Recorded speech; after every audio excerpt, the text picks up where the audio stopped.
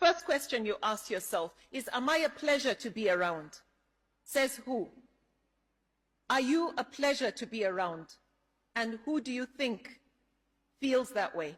Is it your own belief that you're a pleasure, or does your spouse acknowledge and say you are?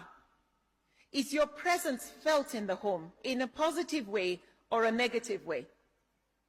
And will your absence be noticed? Do you look forward to coming home to your spouse? I see some people shaking their heads.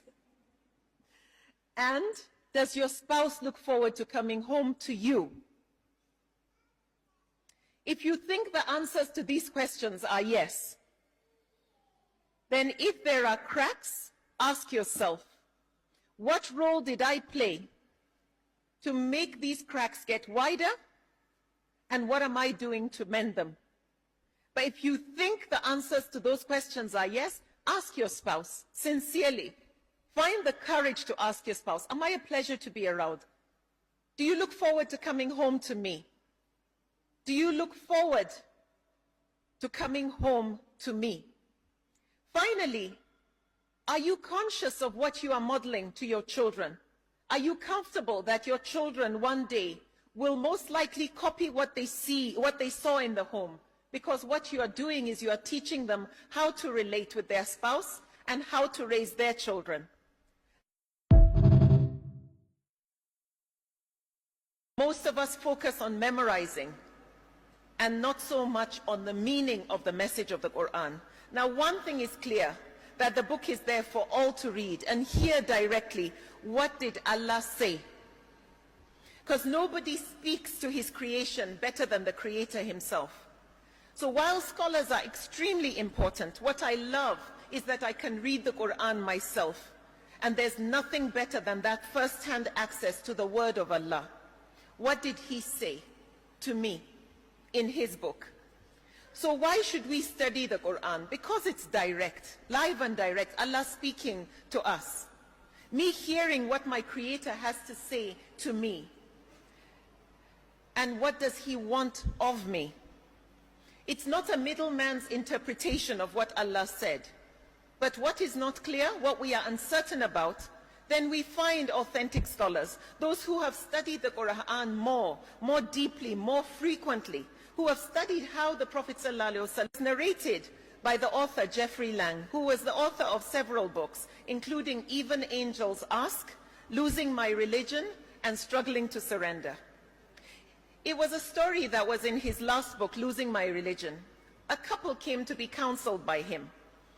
The husband was a very problematic man. He drank, he wasn't ethical, he wasn't faithful in the marriage. He didn't take his prayers, fasting seriously. In other words, morality was an issue for him. Now Jeffrey asked him if he read the Quran. He said no, he doesn't read the Quran. The Quran was full of warnings. The Quran is full of punishment and hellfire. Do's and don'ts, everything is haram. That Allah doesn't like people who do this or that Allah was very angry. Now Jeffrey loved reading the Quran. And when this man spoke, he found it interesting. Because when he read in the Quran, he didn't see those things that this man had seen. He never sensed that. So he asked the wife, who seemed to be a pious lady, a forbearing, patient person, a forgiving person. So he asked her if she read the Quran, and she said yes. She said the Quran to her was full of mercy, full of Allah's compassion, forgiving nature, that Allah is very loving, and that it gave her peace and comfort when she read the Quran, that it was a guide for us, and she felt that Allah was always close to her. Now what Jeffrey found very interesting and very striking was people who seemed to have a rebellious nature seemed to sense that the Quran was talking to them, to their rebellious nature. And those who seemed to want guidance, want to get closer to Allah, see the compassionate side of the Quran. It was as if the Quran was speaking to our conscience. So if you have a guilty conscience, you know you have been doing wrong. It has a way of adjusting its message to suit you. Jeffrey Lang once shared that he likes to read the Quran. Someone said to him, but you don't understand what it means.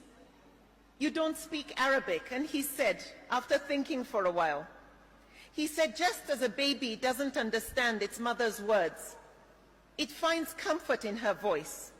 He said he felt it was something very similar, that it's the word of the Creator, and that it's a source of comfort for his creation. The Quran is a journey through a book that we never ever finish reading. It is a book that is always giving new meaning, not just to individuals, but to generations. There is never an end to the tafsir in the Quran. It keeps finding the soul of an evolving humanity, yet it remains the same with its message of guidance. Our job is to beautify it with our voices, to recite it in beautiful ways, but most importantly, to live it, to be the walking Quran. It's not just an academic textbook to be read, to be studied. It's meant to be lived. Because the Quran on the Day of Judgment will stand as a witness for or against us. That is what truly scares me. That the Quran will stand as a witness for or against us. It is a book that calls us to think, to understand, to ponder on, and follow its guidance. There are many acts of sadaqah that we can do. However, one of the best, which is also inshallah a sadaqatun jariyah for us, is to read and understand the meaning of the message and try and spread that to as many people as possible, to find every possible way that we can share the meaning of the message with everyone. The Prophet ﷺ said, the best amongst you are those who learn the Quran and teach it to others.